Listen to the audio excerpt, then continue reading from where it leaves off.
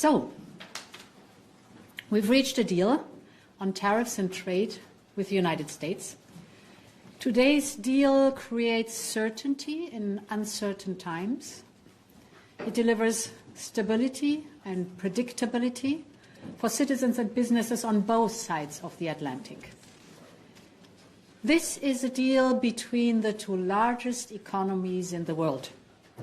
We trade 1.7 trillion euros per year. Together we are a market of 800 million people, and we are nearly 44% of global GDP.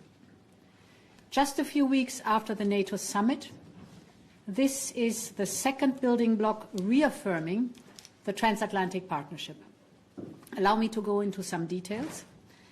We have stabilized on a single 15% tariff rate for the vast majority of EU exports. This rate applies across most sectors, including cars, semiconductors, pharmaceuticals. This 15% is a clear ceiling, so no stacking, all inclusive. So it gives much needed clarity for our citizens and businesses, and this is absolutely crucial.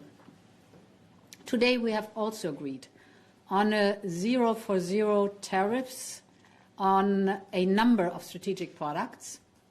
This includes all aircraft and component parts, certain chemicals, certain generics, semiconductor equipment, certain agricultural products, natural resources, and critical raw materials.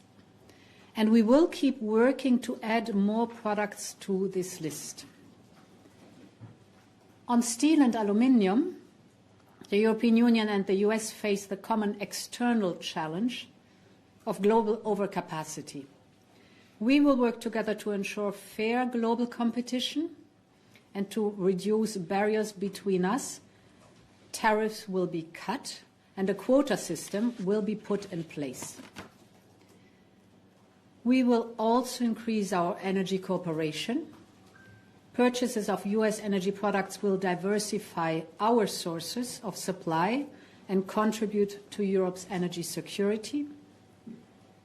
We will replace Russian gas and oil by significant purchases of US LNG oil and nuclear fuels. US AI chips will help power our AI gigafactories and help the US to maintain their technology edge. Today, with this deal, we are creating more predictability for our businesses.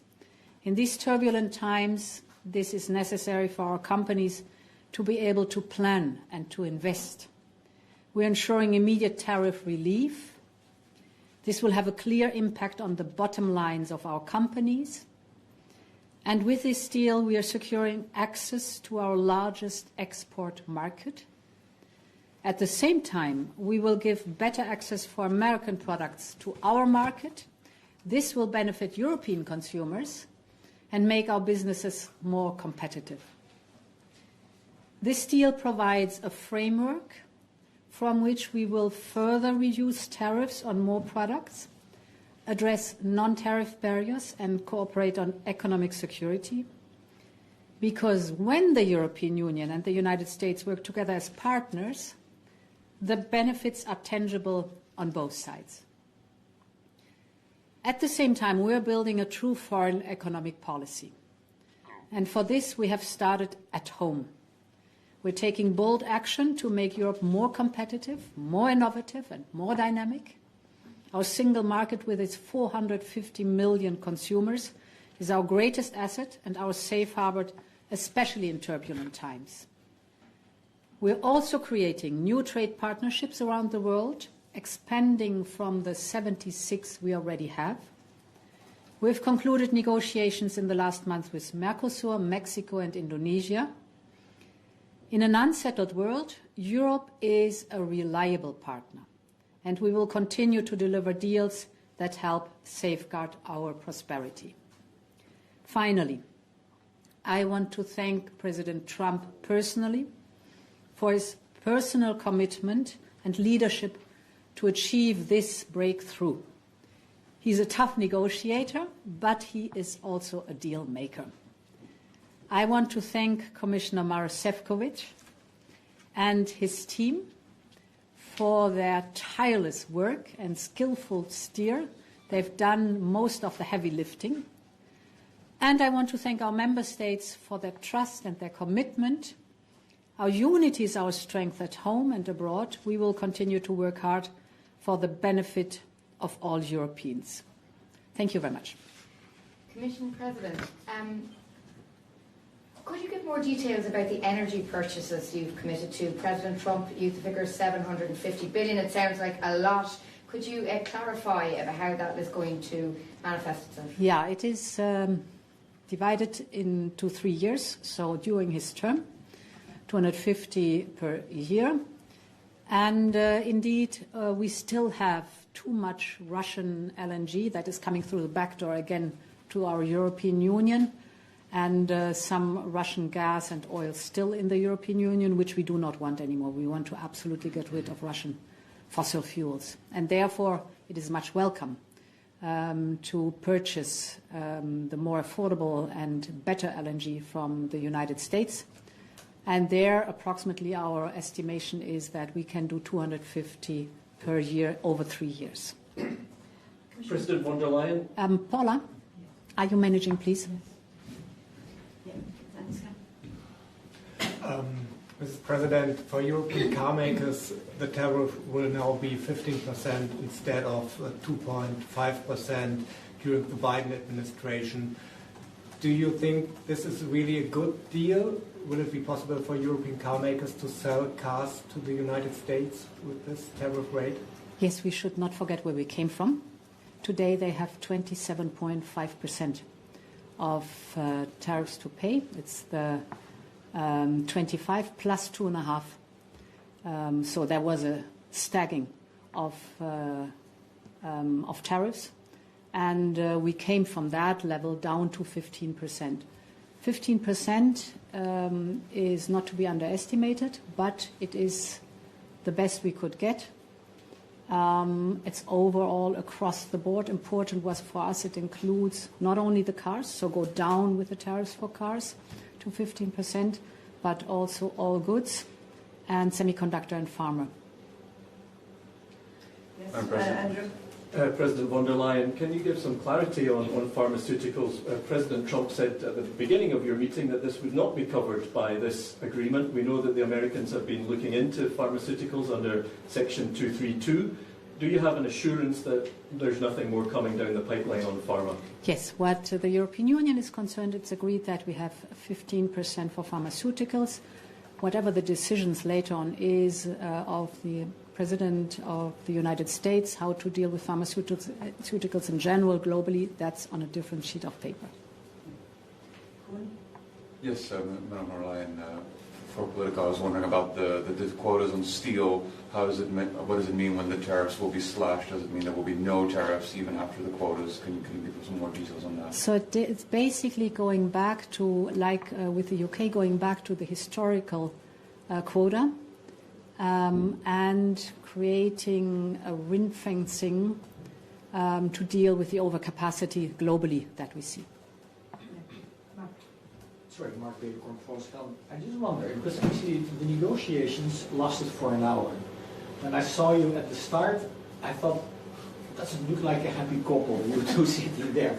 So how were the negotiations actually in this last hour? Was it difficult, or was it actually just rubber stamping which already had been prepared? No, it was very difficult because we started far apart from each other. It was tough, fair, but it was tough, and therefore, rightly so, you saw the tension at the beginning. So we had to work hard to come to a common position, and till the very end, as always in negotiations, you don't know whether you'll find the landing point, the landing zone at the very end, or whether it crashes. So it was tough, but in the end, as we were successful, it's good and it's satisfactory. Biggest positive from Answer News Agency. Are you planning a sort of some measures for the economic sector in Europe most affected from the 15 tariffs in the future? So I think we should not forget where we would have been on the 1st of August. We would have been at 30%. And it would have been much more difficult to get down now to the 15%. 15% is certainly a challenge for some, but we should not forget it keeps us the access to the American market. And what we are also doing intensively is diversifying to other regions of the world. And this opens up new markets, potential new markets. Indonesia, for example, is huge. It's 250 million people. Mercosur is a huge market, very like-minded countries. Mexico, for example, and others to come. We are intensively negotiating with India. So, yes, the tariffs for 15% are there, but we're trying also to open up other markets for European business. And last question. Commission President, you kind of say this is a framework deal. Trump says this is the end of it for a few years. Where do we go from here and when? And maybe quickly on agri-food, the 0 for 0 deal, what does that include? So framework means the figures we've just explained to the public. But of course, details have to be sorted out. And that will happen over the next weeks. Indeed, we're done. We have a deal for the years to come. That is very good.